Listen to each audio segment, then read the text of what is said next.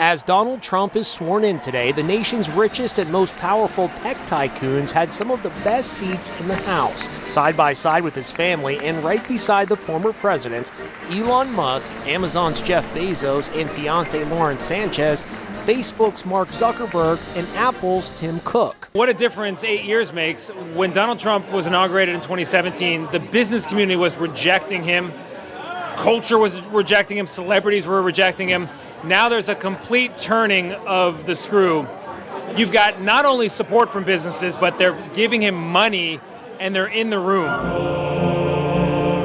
1,300 guests crowded into the Capitol Rotunda on a historic day filled with the pomp and ceremony befitting our nation's most sacred ritual. The guests arrived in a fleet of buses, among them Trump's cabinet nominees, including RFK Jr. and Kristi Noem. The Honorable George W. Bush, accompanied by Mrs. Laura Bush. As the former presidents were introduced, there was a glaring absence. Barack Obama was all alone. No Michelle.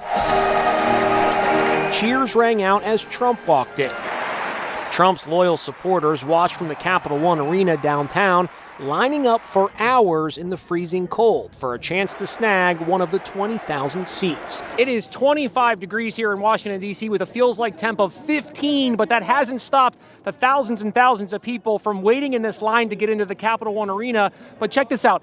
No bags or purses are allowed, so people are just having to dump their bags, their drinks, their hats right here on the street. There's actually someone's Gucci bag here. There's really nice hiking backpacks. I just spoke to a lady who dropped her bag here hoping to save it for later. And look at this. Someone left their bag up in the tree right there in the hopes that they can pick it up after the event. Yes! Among the speakers, Elon Musk, who greeted the crowd with a salute that some found troubling. You saw him come out with that odd-looking salute. That salute was evocative of things that we have seen through history. Back to the inauguration. I, James David Vance.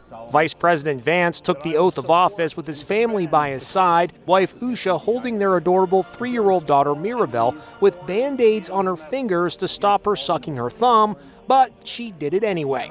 Then came Trump. I, Donald John Trump.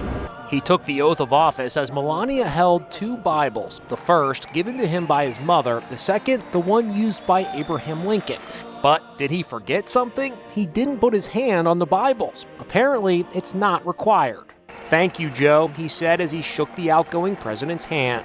The golden age of America begins right now. He didn't hold back, blasting Biden and Kamala. They listened, stone-faced. My recent election is a mandate to completely and totally reverse a horrible betrayal. The only time in the whole speech that I saw Joe Biden stand up and clap was talking about the hostages in Israel. Every other policy position that Donald Trump laid out in that speech, Joe Biden was sitting on his hands. There was one small hiccup, a minute of awkward silence as everyone waited for Carrie Underwood to sing America the Beautiful. She was waiting for the music to begin. If you know the words, help me out here. In the end, she sang unaccompanied, and it was stirring. For spacious skies. Behind her, Joe, Kamala, and Hillary all sang along.